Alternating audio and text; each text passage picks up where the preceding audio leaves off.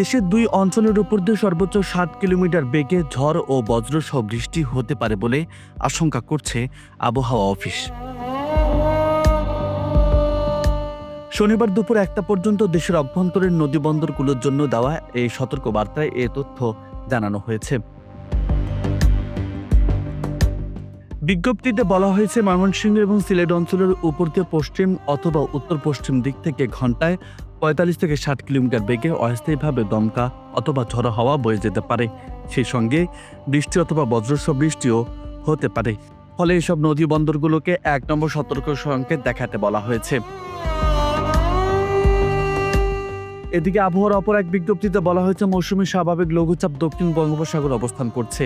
এই পরিস্থিতিতে সন্ধ্যা পর্যন্ত রংপুর সিলেট বিভাগের 2-1 জায়গায় অস্থায়ী দমকা অথবা ঝড়ো হাওয়া সহ বৃষ্টি অথবা বজ্রসহ বৃষ্টি হতে পারে। সিলেট বিভাগে ঝড় বৃষ্টির এই প্রবণতা আগামীকাল রোববারও অব্যাহত থাকতে পারে বলে ধারণা করা হচ্ছে। এ সময় দেশের অন্যান্য জায়গায় অস্থায়ী আংশিক মেঘলা আকাশ সহ আবহাওয়া শুষ্ক থাকতে পারে।